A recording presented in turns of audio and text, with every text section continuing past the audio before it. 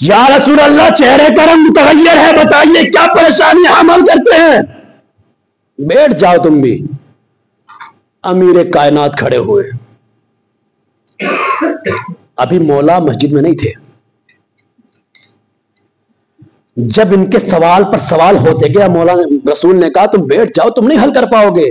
لیکن جب اس سال بڑا مولا نے رسول نے بتانا شروع کیا، کہا وہ مسئلہ یہ ہے جو ہماری جنگوں کا جو ہمارا منصوبہ تھا، وہ دشمن اسلام کی طرف سے ایک عورت آئی تھی جاسوسہ، جو پورا نقشہ بنا کر دشمنوں تک لے گئی ہے۔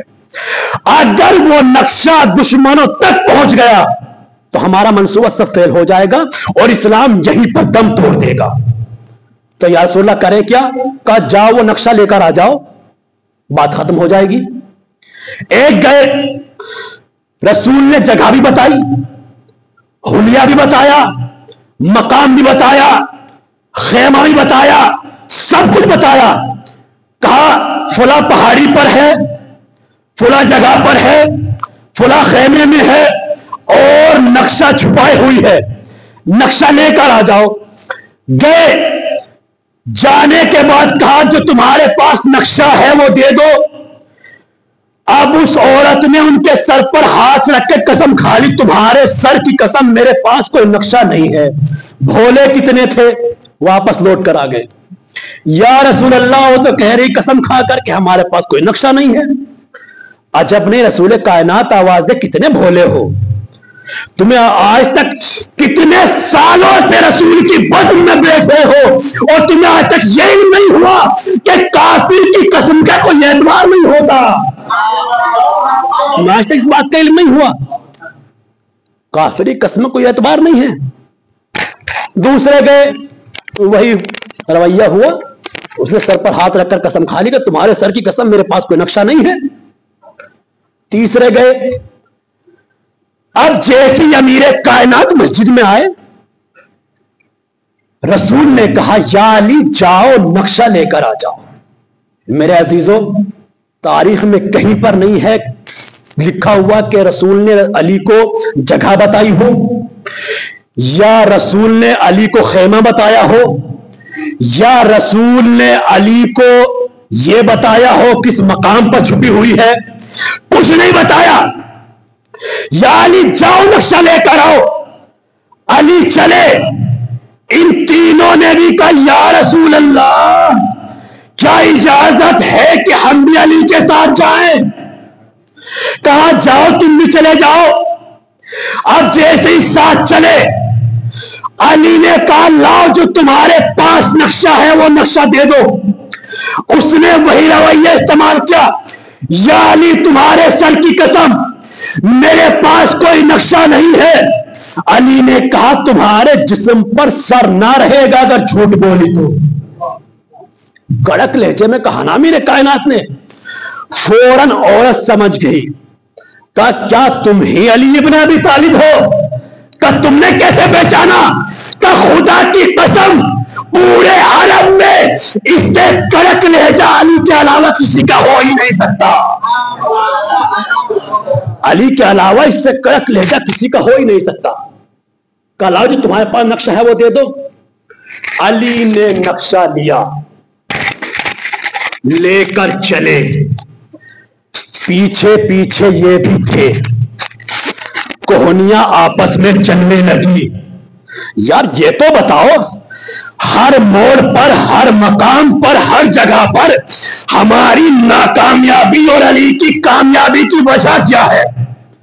آپس میں گفتگو کر رہے ہیں، علی کے کانوں میں آواز پہنچی، امیر کائنات نے رسول تک پہنچنے سے پہلے پوچھ لیا بتاؤ کیا چینی گوئیاں کر رہے ہو؟ کہ یا علی یہ بتاؤ ہر مقام پر، ہر جگہ پر ہماری ناکامیابی اور تمہاری کامیابی کی وجہ کیا ہے؟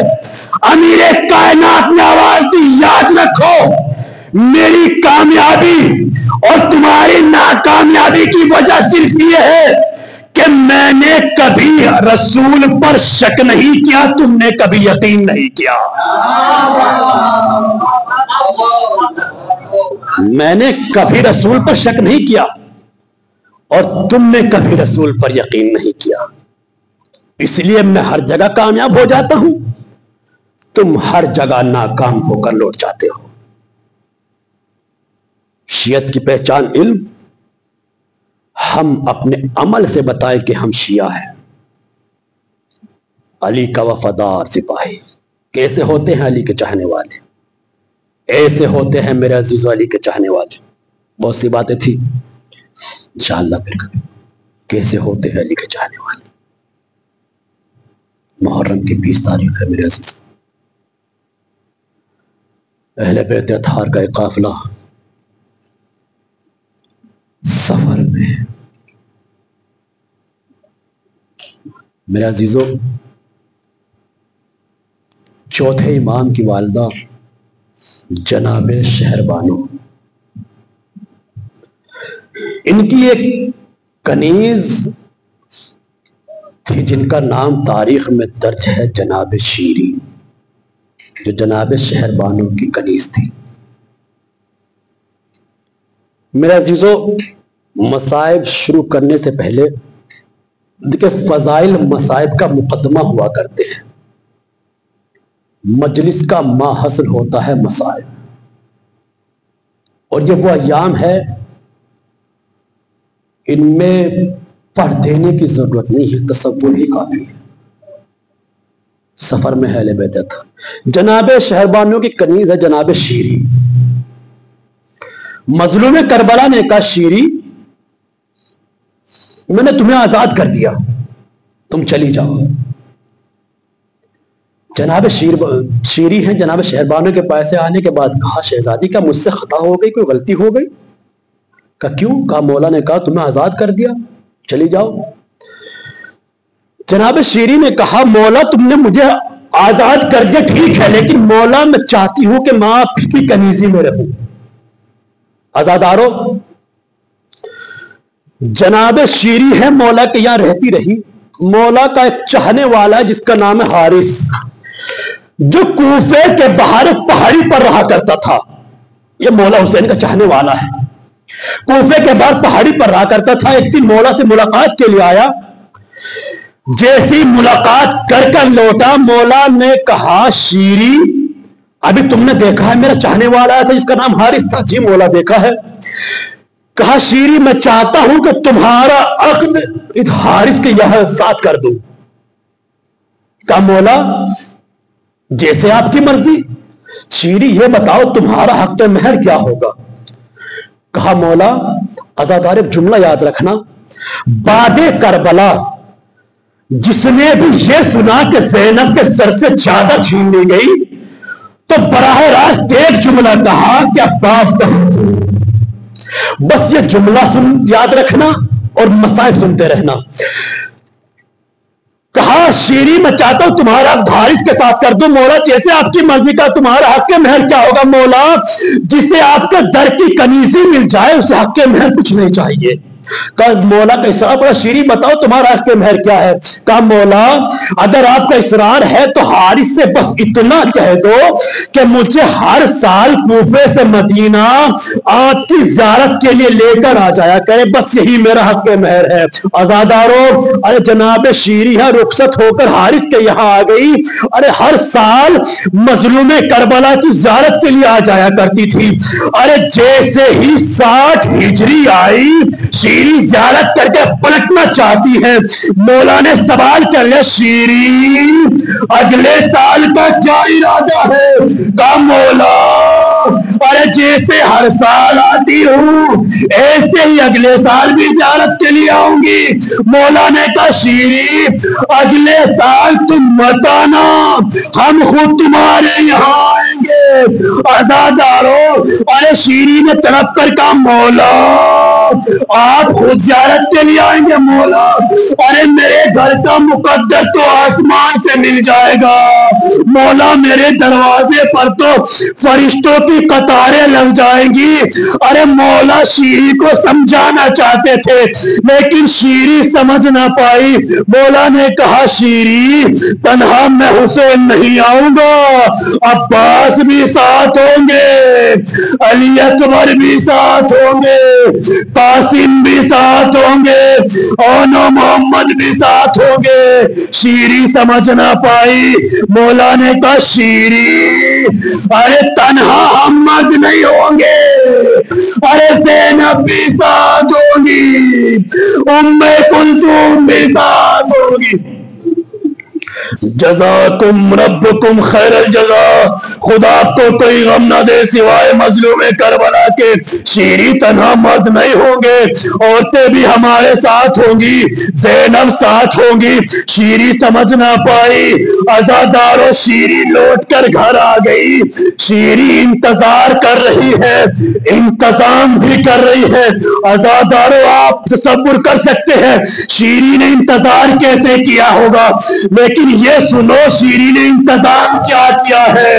اور شیری نے اپنے گھر میں نئی نئی قالینیں لگوائی، ارے نئے نئے بستر لگوائے، کہ یہاں میرے مولا سجاد آرام کریں گے، یا میرے مولا قاسم آرام کریں گے، یا میرے مولا محمد آرام کریں گے۔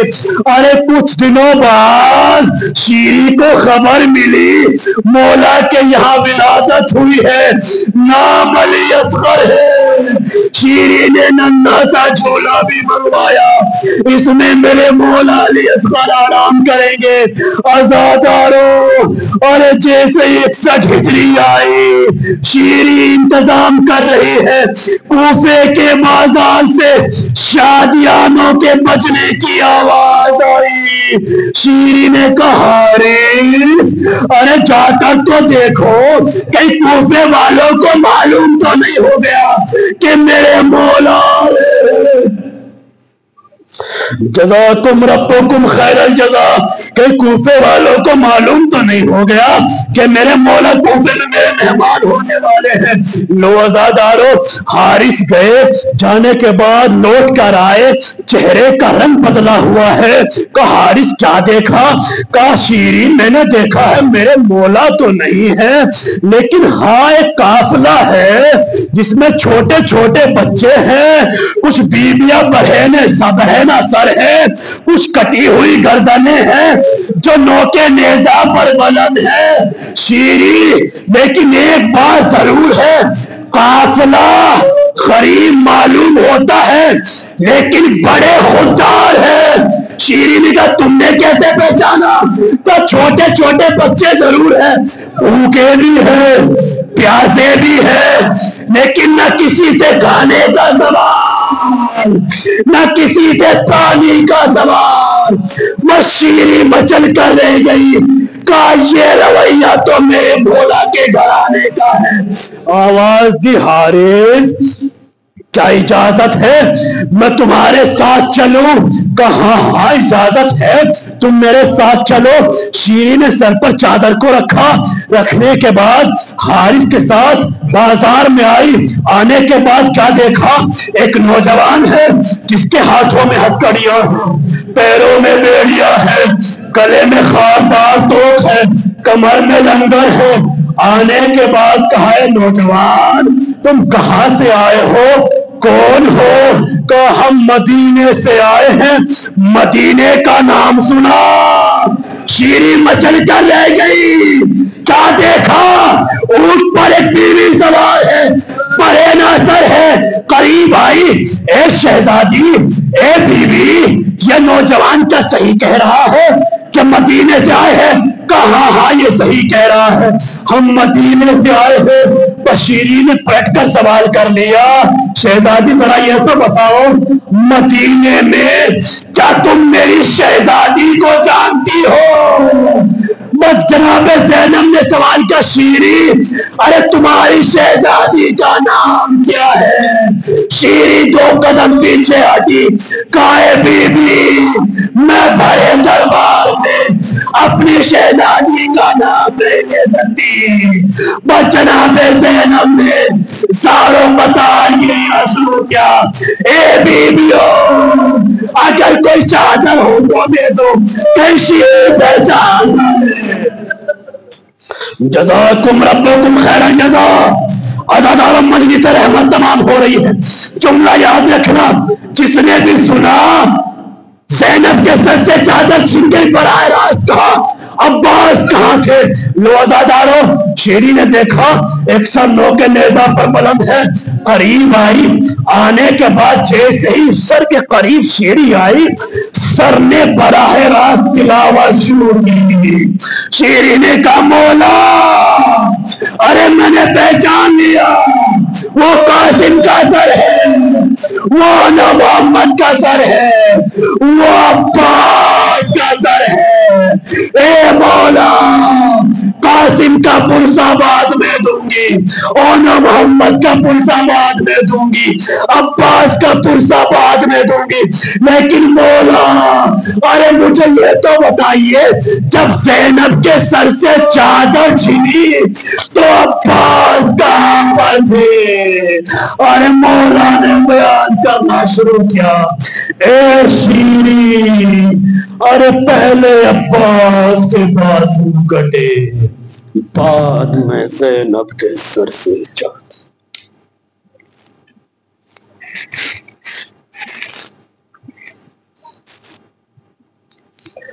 وَسَيَعْلَمُ الَّذِينَ ظَلَمُوا أَيَّ مُنقَلِبٍ يَنقَلِبُونَ اِنَّا لِلَّهِ وَإِنَّا إِلَيْهِ رَاجِعُونَ۔ پروردگار ہمارے اس مختصر سی عبادت کو قبول فرما، ہماری اس مختصر سی عبادت کو اپنی بارگاہ میں درجہ قبولیت عنایت فرما۔ پروردگار تو رحیم میں رحم فرما، کریم ہے کرم فرما۔ پروردگار تو غفار الذنوب ہے، تمام مومنین مومنہ کے گناہ کبیرہ گناہ صغیرہ کو معاف فرما۔ پروردگار یہ طلاب علوم دینیہ تیری بارگاہ میں دست بدعا ہے، ان سب کو علوم امام جعفر صادق علیہ السلام سے مزین و منور فرما۔ پروردگار حجت آخر کے ظہور میں تعجیل فرما، ہم سب کو ان کے اعوان و انصار میں شمار فرما۔ ربنا تقبل منا انک انت السمیع العلیم۔ آخر میں پھر آپ حضرات سے گزارش ہے کہ 1 مرتبہ سورہ حمد، 3 مرتبہ سورہ اخلاص کی تلاوت فرما کر رباب میک جی فیملی کے مرحومین، کنیز جان فیملی کے مرحومین، یاسمین بند علی اور ان کی فیملی کے مرحومین، احمد رسول فیملی کے تمام مرحومین، بندے علی اور کریم راؤ جی فیملی کے تمام مرحومین کی روح کو احسان فرما دے، اور خصوصاً ان مرحومین مرحومات کے لیے کہ جن کا کہ دنیا میں کوئی فاتحہ پڑھنے والا نہیں۔